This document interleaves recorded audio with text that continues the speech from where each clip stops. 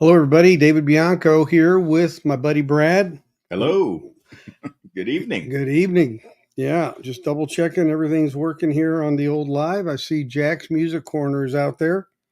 Hello, Jack. 2 words you want to never use at the airport. Hi, Jack. So gotta be careful with this stuff. Thanks for joining. We're gonna wait for a few more people to join and to get on, and then we'll talk about what we're up to. Let's see if the live stream has started here. It looks like it has. Up to no good for sure. We're up to no good as usual. So good. Well, thanks for joining us. We just wanted to bring you all up to date. Well, we're doing fine. Exciting. Yeah, that's one word for it. So I've got records behind me now. So that means we're started unloading records. They look really familiar. Been hard at work. Yeah. Boxes are marked, and now we're going, okay, what's in A7? What's in D13? Yeah, so, yeah, we're putting it together using a little bit different logic on how to space records out, make room for some of the excess. So, that's how it goes. Hello, Arizona Mick. How you doing? No, not make room. You haven't missed anything yet. No. Nothing yet. Not make room for excess, make room for expansion. Expansion. Yes. Well, I got to be forward looking. Forward looking, yeah. I didn't say in excess. I said, but yeah, we got to make room for kick because that's in the Atlantic 75th series. Coming. Got to make room for that one. That's going to sound great, I bet. Next month, July, I think. Yeah. Yeah. Oh, is this young Jack? Oh, okay. This is the young gentleman who's started his collection and joined the VC a bit. So glad to have you. We're going to wait for a few more people to join. So the reason I wanted to let you all in on this is it's something that I've been working on for a while, quite a while. Part of it I've shared with you all through the channel over time, and been kind of working in the background to try and make something happen. And finally, I think we've got something set. And Brad's going to travel with me on this particular audio excursion, which is great from, having somebody else with me. He's going to be doing the video work. And it always works out better for me, frankly, if I can not have to focus on both sides of doing interviews and doing walkarounds and getting shots. So I really appreciate you offering to help here. And, it's good to be able to have somebody else enjoy the experience. So we've kind of been putting the trip together, planning it. It's going to happen next week. And so we'll be keeping you all up to date as we prep for it and get ready and then execute it and obviously record some video during the actual tour that we're going to take and any interview that we do and then bring you that through actual video plan tape where I can edit and cut things and get it to where it flows nicely. But this has been in the works for a while, and we all know that there's where we're going is somewhere where there's been a bit of controversy, or there's been a bit of an upheaval about what's been going on as far as the company that's involved. And some of those areas are still question marks in terms of where things are at and where they're heading. But honestly, we're going to approach it mainly from you have a pressing plant. What's your capability? How are things going? Where are you headed? What kind of future do we see for it to contribute to the vinyl community in terms of bringing more product to the store so that we can, in fact, get releases faster, have more selections, and that. So Brad and I will be heading up next week to Denver, Colorado, and we've been invited by Gary Sahlstrom, who is the plant manager there, to tour the facility of Vinyl Media Pressings, which was associated with Vinyl Me Please. And so we will be up there in the Denver area Wednesday, Thursday. We'll be at the plant on Thursday. And doing a tour, seeing the plant, uh, just trying to basically find out what their capabilities are, share that with you, and bring it to you. So that's really where we're at with this. I was really beginning to wonder if we ever were going to be able to do this, only because a lot of my communications, all of them really had been with Cameron over the past year and a half. And then when situation came up where he left the company, obviously it was a matter of trying to connect with someone else at that point. So Gary's graciously invited us to come and to see the facility, and we'll share that with you. So I kind of got a sense of what the general type questions people might have surrounding this. I think we don't know to what degree some of those things will be or can be discussed. But at the same time, hello, John Bandy. At the same time, we definitely want to give you that view because it hasn't been there, right? So thanks, David. I mean, thanks, David. He's saying, hope you have fun. It's interesting. Wish you success. Yeah, we're gonna, it's the kind of thing where it's a little more. I just want to make sure it's done in a way that is. We're not there to really dig dirt. We're there to find out about their capabilities and look at the equipment they have, what they've done, and where they're going. And I think that's the main thing we want to focus on. There probably are things that are not within the realm of discussability because of situations that are going on potentially between VMP and them. But again, we want to see the fruits of all of the labor that's gone into putting the facility together, and that's the main thing we want to bring to you. So are you our process consultants in search of clients? No, not really.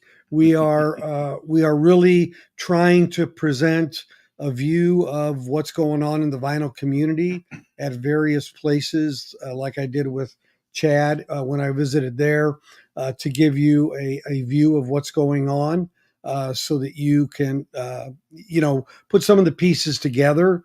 A picture's worth 1,000 words, that's for sure. And we definitely see it as something that the vinyl community is really there to support these endeavors. We have to make decisions on what we purchase from a product standpoint and from a content standpoint. Is the material. We were talking about an artist at dinner tonight, and it's like, well, that's not really my bag. So it really doesn't matter, how good it is, because someone's not going to spend $60 or $80 or 100 or 150, whatever it is, if it doesn't match. So having really good resources in terms of the licensing that you can do and the relationships with labels and that you can do is really the critical part. It's one of the things I've got to say. The guy that is in charge of Friday Music, for example, Joe Riagoso, he's a big marketing guy in the industry, and he has a lot of connections, and he gets some pretty good darn titles, and some that others don't get. Unfortunately, they don't always necessarily come out in the highest of mastering in terms of quality, in my opinion, unless some others have been involved, like Kevin, which that doesn't happen anymore, of course. So getting that relationship's critical. But in this case, it's a matter of making the product, creating the part of the vinyl that we receive and that we live with. And what are their quality standards? What are their validations? What are their processes? And partly is going to be, who are your customers?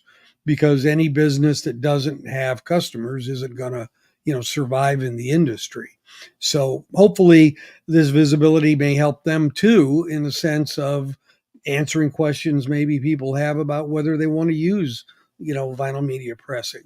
So hopefully it's a win-win for everybody. That's really the objective at the end of the day. Let's see, John. John here says, never hurts to have an open line of communication with both customer and production. If done with tact and consideration, I'm sure it will go well. Thanks. Yeah, you're right, John. We're there to learn and to see and to share. And I think that's the main thing that we want to do.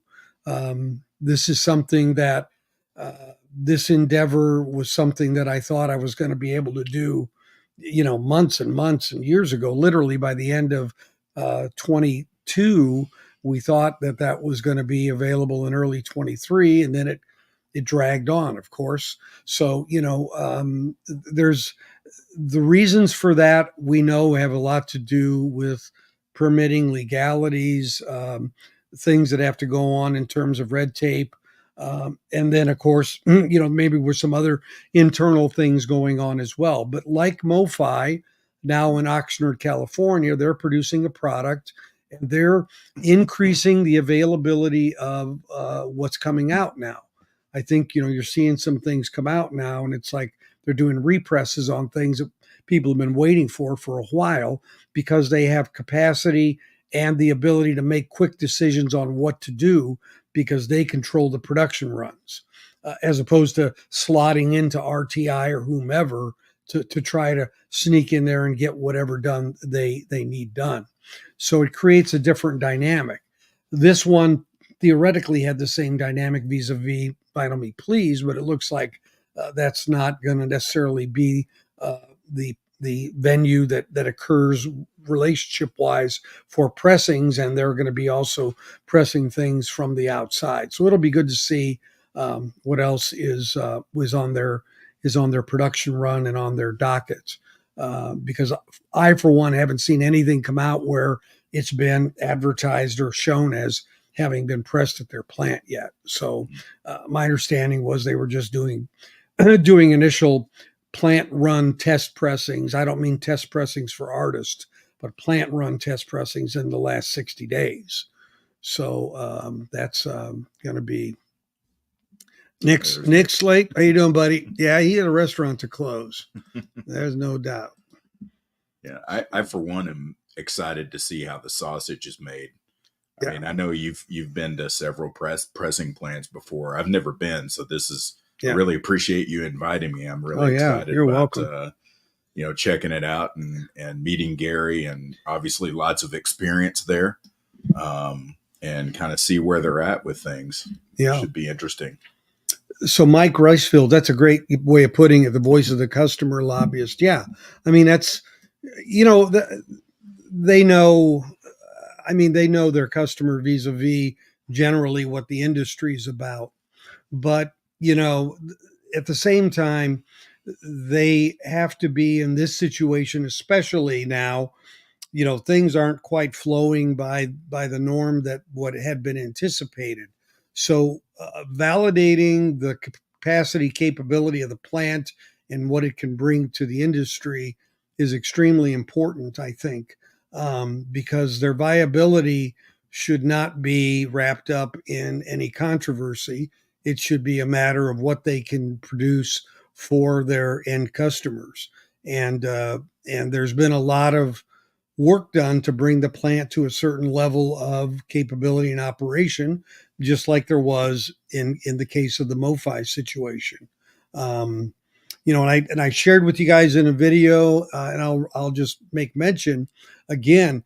They have a configurator on their site where you can place a custom order, and even if you're even just as investigation, you can go look at the pricing and the different options you can look at.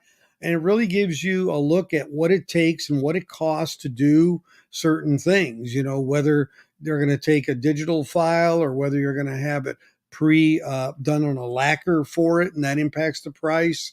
The quantities, if you see the quantities go up, the price per record drops. If you use certain kind of packaging, it costs more or less. So it really is it opens up the kimono on the cost part of and the content part of what it takes to get a record pressed.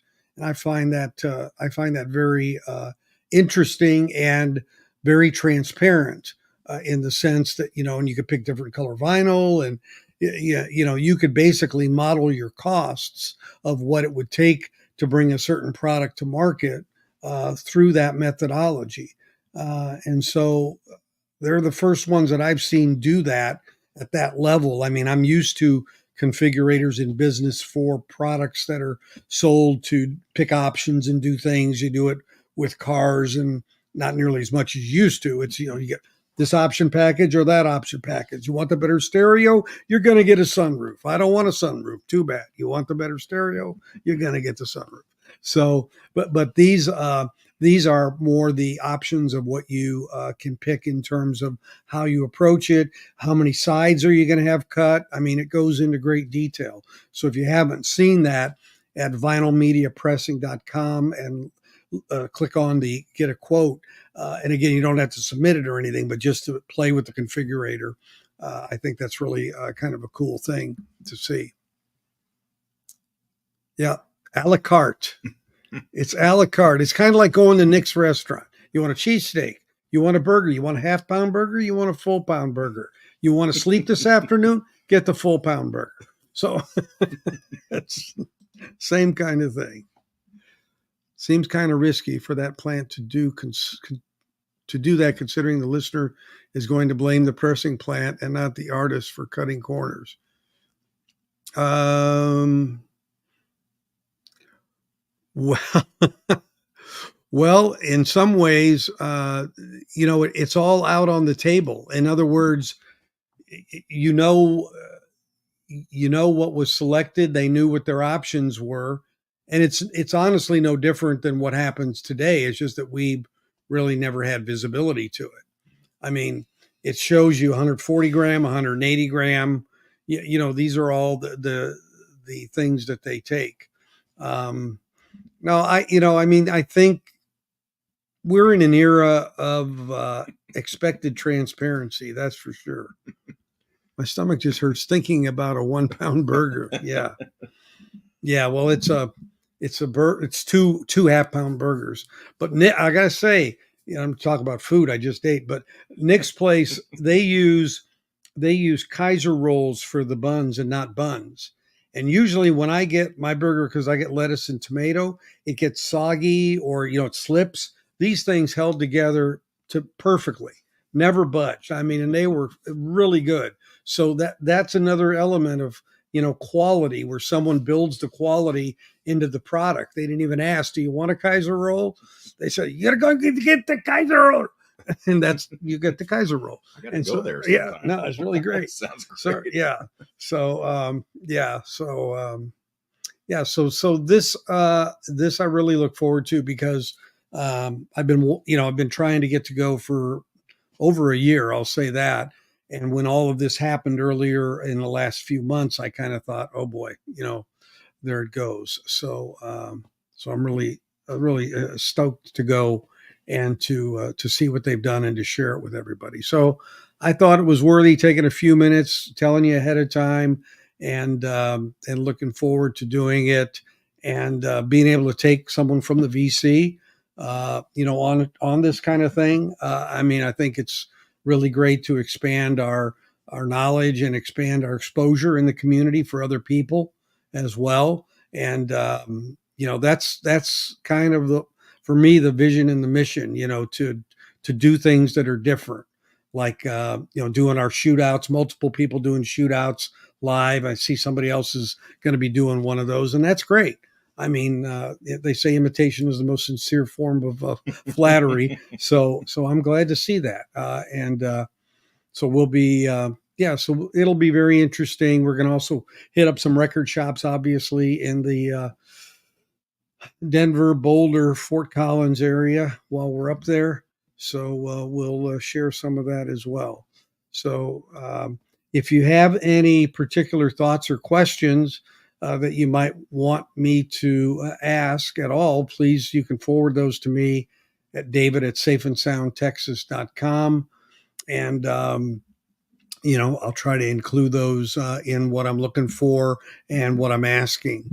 So feel free to have your input on this, because this is your all's channel as well. And speaking of that, in the next probably 20 days or so, probably be announcing our 4K or 4,000 subscriber plateau being hit. We'll have another night of doing that, and some gifts and prizes to give out as well, just like we did last time at 3,000.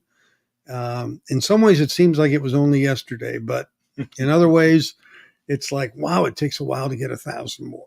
but it's okay. It is what it is. So we're both wearing our Vintage Mio T-shirts for our buddy Armando. So Yep. so remember, Armando's in Waco, Texas, and has a site on both Discogs and his own vintagemio.com as well, where you can order a product from him. And he contributes about 10% of his revenue to charities, worthy charities, women's shelters, and things of that nature. So it's always good to to have someone who's looking at more than just what they can gain from it. So, but anyway, we look forward to this next week, and definitely we'll have the video out probably that week, that following weekend on it. We'll have a few live things that we'll do as well.